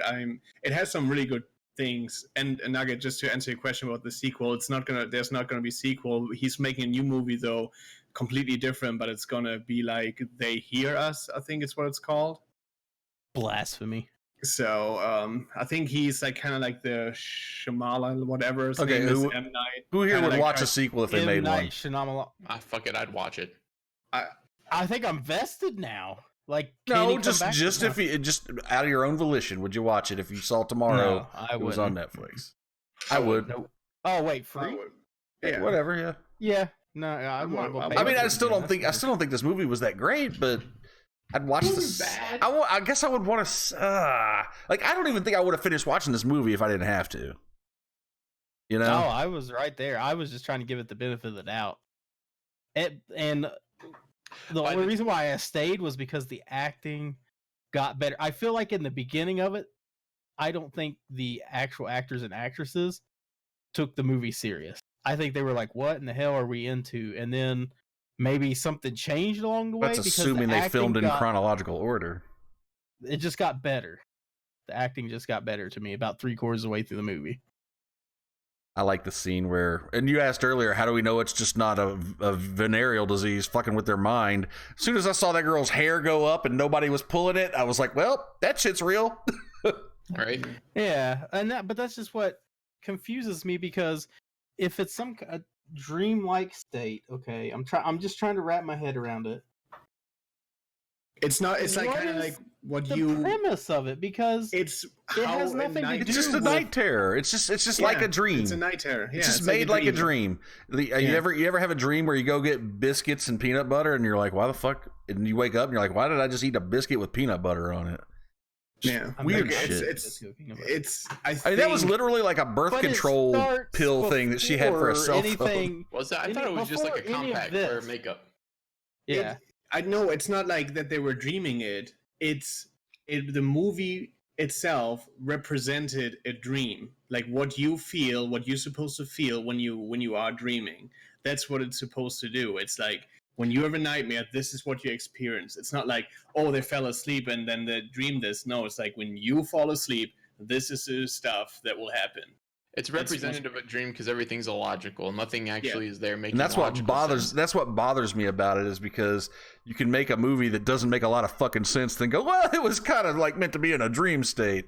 Now, I don't think that that's what happened here, but I don't know. Yeah, I kind of feel like after talking about this for so long, I might actually give it a better score than I was thinking, and I don't understand why. I adjusted mine by 1 point. I think our conversation has been more interesting than the movie, to be honest. But it just left me wanting I would give it, for my personal grace, I give it a 5 out of 10.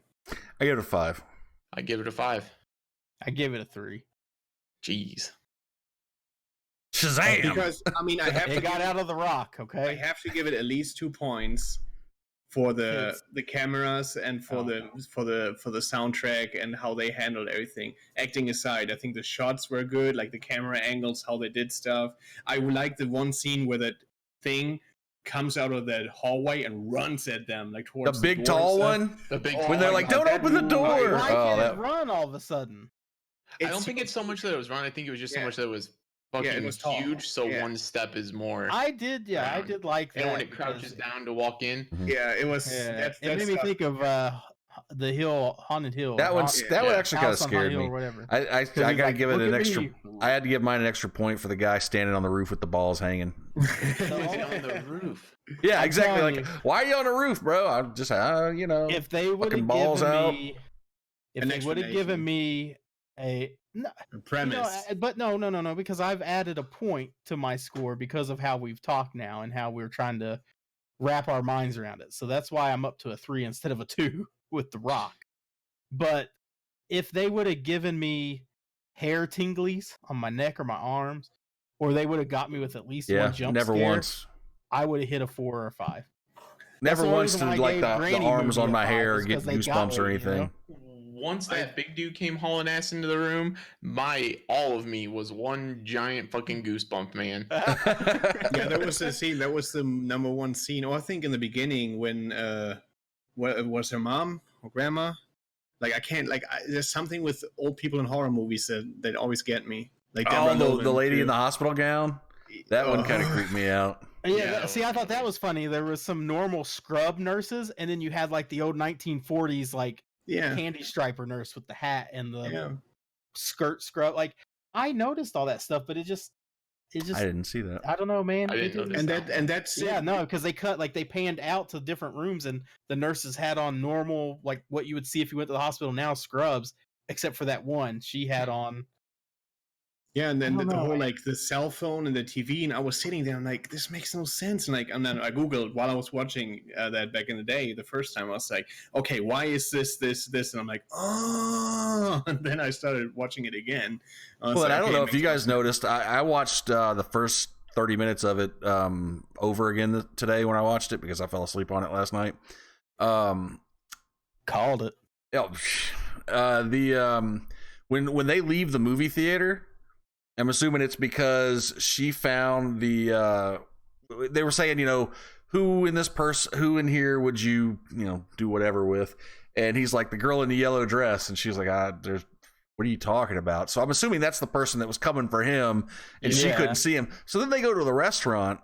And while they're sitting in the restaurant, and I don't know why I didn't notice this last night, but they're focusing in. You think that they're kind of focusing in on her, but they're really not. They're focusing outside the window, and the guy was walking right up there, and I was like, that's it. Okay, so I didn't even notice that last night when I watched it. So I bet you there's a bunch of stuff I didn't notice. Yeah, there's a lot of stuff in there. There were a lot of things that I noticed. I'm trying to think of some other ones because. Like the nurse one was pretty neat. I can't think of the electronic typewriter.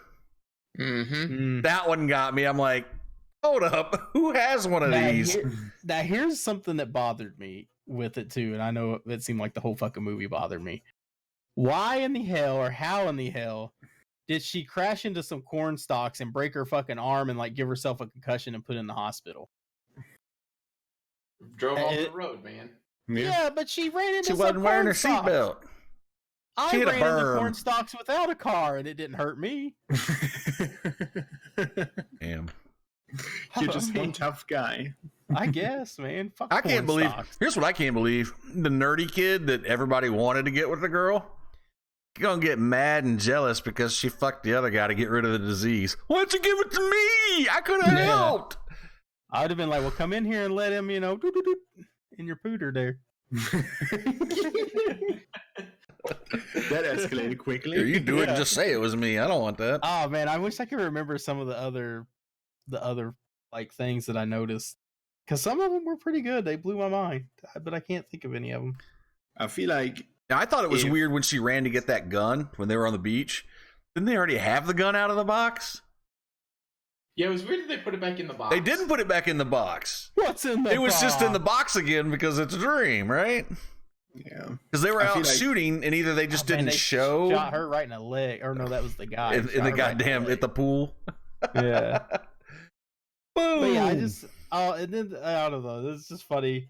Oh, like that was when I noticed, like, that's where I started getting confused. Like, in the kitchen, there's a picture with her in the background with, it looks like the mom, but you don't know because you never really see the mom. Not once did you see the mom. Yeah, she was always there, but you never saw what she looked like. I don't remember seeing it. Yeah, they showed you the mom asleep in the hospital. They showed her talking to her friend. Her friend was over right after the cops part. Yeah. She was there, and then they showed her. Jay was at home asleep in bed, and she was like scratching her back or something. Gotcha. So I just assume the picture is the mom and dad, but it's a black and white because it's the dad at the end at the pool. Yeah. Because her sister's like, "What is it?" And she's like, "I don't want to tell you." Yeah. Because she didn't want to tell her it was her dad. But their kitchen looked like it was a 1950s kitchen. And then when she broke into those other people's house, that she saw the dude that banged her go in through the window. I like that part. That kitchen had stainless steel fucking equipment in it that looked like it was just made yesterday. Yeah. Yeah. Again. But then there's just the whole thing like, and then Mom, what are you doing? And it's like, right on her. Jesus right on Christ, Mom. Yeah. Yeah. And then it got all weird and it peed on him? Why does it keep peeing itself? I don't know. Excitement? Like what's the significance of that? Talking about? When it first broke into the kitchen at Jay's house, it peed all over the floor there. Yeah. And then when it killed Greg, it peed all over him. I think it's just an excited Cocker Spaniel. Like, my family's home. My family's home, and I can't hold my bladder. TJ broke the movie code. He knows. Solve the riddle. Yeah, I don't know. Maybe I'll watch it again. And I'll keep all this in mind, and maybe I'll try to rescore it next week. But I feel like, but that's where I'm kind of lost. Like, there was this other movie that I watched, Hereditary, I think, and it was like, oh, it's gonna be the new Exorcist, and I got high ratings, and I'm like, man, this movie sucks. I think people are.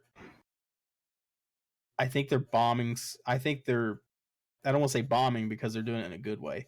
I think people are really messing with scores with allowing people intentionally to rate these scores before everybody gets to see the movie. Yeah. Like we talked about when I watched Captain Marvel, and it was down to like a 5 before it even came out. And now I think it's like dramatically risen once they got rid of all the bad reviews that were put out before it even released. I think they need to stop that because I think it's going to ruin a lot of people watching movies. Yeah. Some people might go into it thinking, well, if it's already at a 4, why do I want to see it? This is a sucky ass movie. And then it ends up being a good movie, or the vice versa. I don't know, man. I just feel like this was scored way too high. I feel like absolutely. But here's my thing. I don't want to interrupt you with that. No, but here's the thing too. You gave it a 3. Now let's say just putting one of our viewers, and we know Blitzkill watches it, and he's like, "Man, you gave it a 3? I think that's an 8. That movie was awesome." Everybody's perception is different, and right. A lot of people, like I enjoyed Butterfly Effect, for example. A lot of people were like, "The movie makes no sense," and for me, it was like a 9 out of 10 movie, and for other people, they thought it was a shit movie, and it's a 5 out of 10. So I think maybe we are just not the crowd for that kind of movie. Like we all have kind of like a similar mindset on that. It's always going to be that way. But I don't know, but you you 3 hit the same. Yeah, I felt like I was way off. Like way off. I was like, why am I so against this movie? But you're a hater. I'm a hater. I think that's Dream State. What is this, Freddy Krueger? That's why I picked it too, is because I was initially not agreeing with the overall score that all the reviewers and critics gave the movie. And I wanted to see what you guys think about it. Like, it was an okay movie for me, but it was not great by any means in my eyes. So it was, I'm pretty relieved that Nugget or TJ had the same reaction that I had when I first saw it the first time. I'm like, this is stupid. Like nothing makes sense. All right, so how we choosing a new movie? What's for next week? What's on deck? Next week we got 1 to 2 is me, 3 to 4 is TJ, 5 to 6 is Wes. Ooh, I don't know if I'm ready. 2. Let's go. It's me. Who's that? Oh, all right. I think Children of Men is up next. What is this? Have you guys heard of it? Have you guys seen it? Heard I of don't it? think but I have. I think you mentioned it before. I think I've mentioned it before too. Children of Men is Clive Owen.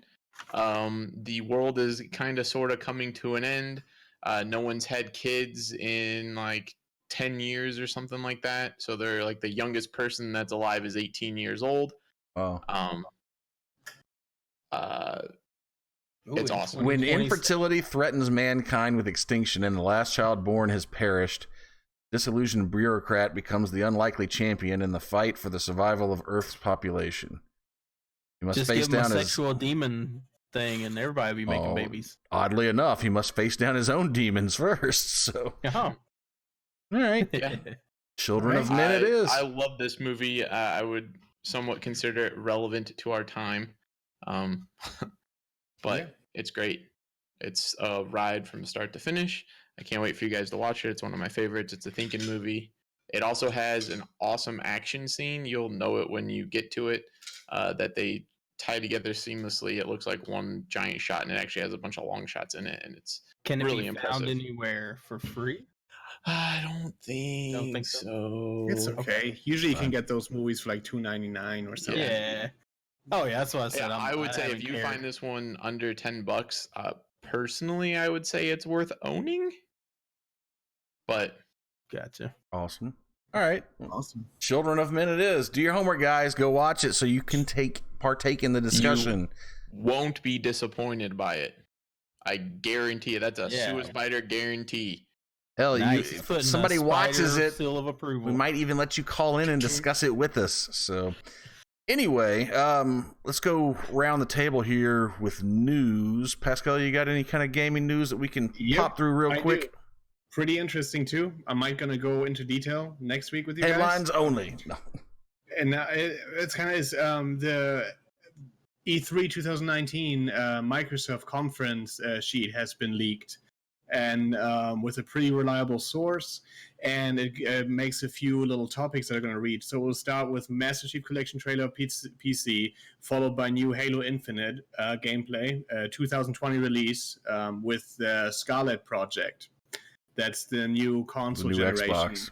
Xbox I'll just trade mine in. I want to unbox it. Xbox Scarlet will be, there's 2 versions of it. One of them will be like an Xbox One S, which is, the cheaper version. And then there's going to be a premium model, which is kind of like the Xbox One X. But it will be a complete new generation. But also it will be fully backwards compatible. It's going to be discless? Including with the new What do you system. mean fully backwards compatible? It goes all the way back to first Xbox. You will be able to play your Xbox One games or your Xbox. So you mean all the Xbox One games I got rid of now I can play? Yep. You will complete. Yep. Fuck you, Microsoft. You will no. You will be able to. I mean, you will. You have the. I would say whatever's games. on the list now. Got rid of them. You have the new console that comes out in 2020, and it will backwards play the Xbox One games that you already have, but also the new ones, obviously. Gear 2015, Sea of Thieves expansion comes out. Dino Crisis reboot. I don't know if you guys ever played Dino Crisis, but it was the Resident Evil type of game with dinos, freaking scary and awesome. Playground will show their Fable game. The Forza Horizon people made their Fable game. And they will do some more technology things. Fable, with their cloud service of gaming. Fable. Complete reboot of the franchise from the Forza Horizon people. And Rare will show a new IP and new studio acquisitions, blah blah blah, and the new cloud service for game streaming. So pretty similar. I mean, I was expecting a new console generation to drop, at least be announced. I don't know if the 2020 release window will be there. Might be a year later than that, but it's pretty obvious at this point that they will drop a new one. It's been when did the Xbox One originally came out? 2013. Yeah, and the Scorpio Xbox One X has been out by that 6-7 years is pretty much the limit on these things. So. Yeah, and then the upgraded version that we have now has been out then for 3 years at that time frame, almost 4. So I don't know. I mean, it's about time. But yeah, that was my little news flash. Zach, you got anything? Got some real headset hair going on. Just the Overwatch thing that Nugget touched on before we started. There's a new event going on called Storm Rising. That's going to be a PvE event, and with it, there's going to be a bunch of new skins and stuff like that you can check out. Okay.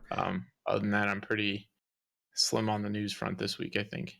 Only news I really have is Star Wars Celebration in, I think, Chicago is happening this weekend, which basically means, one, there's a Star Wars video game that you're going to be getting a lot of info on and a trailer for, and we will most likely be getting the first trailer for the new Star Wars movie this weekend, probably Friday, so be on the lookout for that. I know a lot of people want to hate on that shit, but you're going to be excited to watch the new goddamn movie. I'll watch it, and I'll fanboy over that shit. I don't care. I watch it if you say it's good. No, you won't. No, you won't. No, if you wanted me to watch, you said it was not good, but I still have to watch it. Right. Now, if you say this one is really good, I'll watch it. That movie makes me so mad, man. It still makes me mad because there's so much that could have been great about it, and then they put blue titty milk and why? Bye-bye. Why is Luke Skywalker sucking on blue titty milk and being like, because Mary Poppins. I guess. And now we're just killing dead air, guys. He's back. So he's back, and so I'm pretty sure TJ, you had a couple of bullet points you wanted to run through on news, right? Yeah. Did Zach go already? Yeah. Yeah. Did you cover Overwatch? Yeah. Okay, so I only had one then. I just wanted to remind everybody about the Overwatch. So my other thing was such a big game. Borderlands 3, all the backlash, and we were just talking about how people were rating things before they should be. So I'm assuming the console community is now rating Borderlands 3 really low. User reviews, man. Yeah. Already rating them low because they're not going to get, I guess, first dibs at it, right? Why do they even open that shit up? That's not what's happening. No. It'll be released on the consoles at the same time it's released everywhere else. It's just Borderlands 3 won't be available on the Steam store until for almost a year, I think. It's like an Epic Store exclusive for 6 months or something. Exclusive for 6 months or a year. Okay, so that's what it was. But so now the people are going and they're rating Borderlands 1 and 2. They're bombing those scores. It's fucking stupid. Steam store. Right. Have some integrity. So that's all I had was just shit alone. Quit pouting. You're gonna complain about it being your favorite game and you're gonna fucking ruin it. Right? There you know what? I actually did come up with another news thing that I just remembered off the top of my head. Respawn has started handing out motherfucking hardware bans to cheaters on Apex to the point where they legitimately are having to build full new PCs if they want to do things. They're wrecking the hacker community. There's posts all over the place from hackers talking about I started a new account and I got kicked off after my first game. Help me. Well, you dumbass. You shouldn't have fucking cheated. Yeah. Works for me. Yep, I'm down. I don't give a shit about IP addresses. I wish they'd ban those things too. Holy hell. Looking at Borderlands 2, they got 1,100 negative reviews on April 4th. It's ridiculous. That's the way it goes.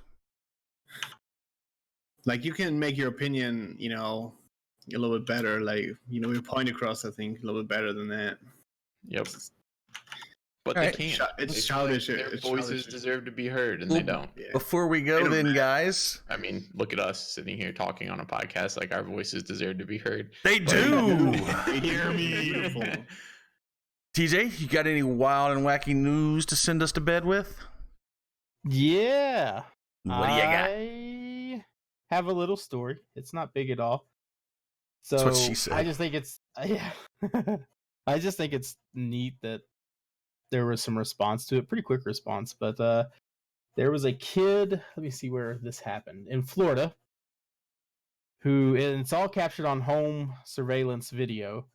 Kid was playing out on, it looks like a deck or patio, and got inside of an igloo cooler and was playing, and the lid shut, and he was just sort of playing with the lid, and then the lid came all the way down and actually locked shut. Luckily, the kid freaked out, screaming. The parents come out, and you see him like struggling to, where's my kid? Where's my kid? They finally realize he's in the cooler, and igloo came out pretty quick and wasn't a mandatory recall, but a voluntary recall. If you thought your cooler was unsafe, you could send it back to them and get your money back. That's cool. Yeah, I just thought it was weird. Like, you know, you see things like that happen all the time, and they could just be like, well, don't let your kid play in the cooler by itself. And they could have not done anything, but they let a voluntary recall. You could send it back. Kind of like Final Destination stuff.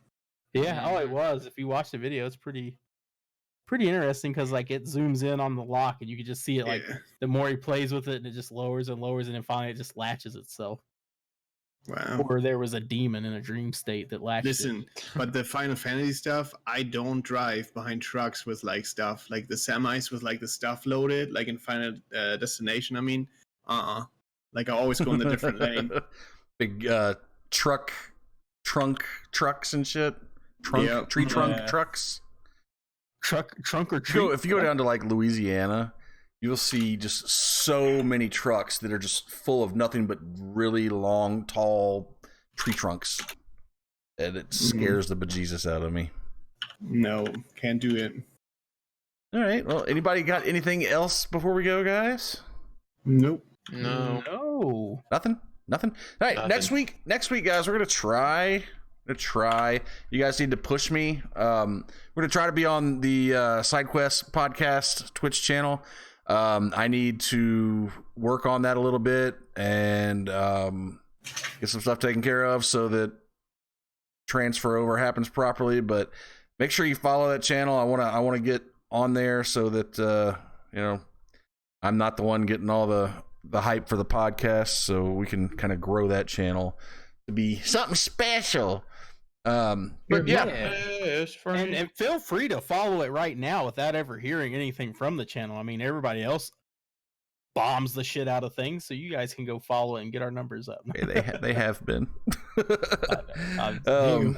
But yeah, so other than that, I got nothing else for you guys. I still say it was a shitty movie, although we somehow made it interesting by talking about it really well. So it follows. All right, guys. We'll be back next Tuesday night with some more video game and movie shit. We'll talk to y'all later. Thanks for coming out and hanging out with us. You guys, thanks for hanging out with me. Love you all. Bye. I'll be back. I'll be back in like 10 minutes. Bye. Bye. Say bye. Bye. Bye.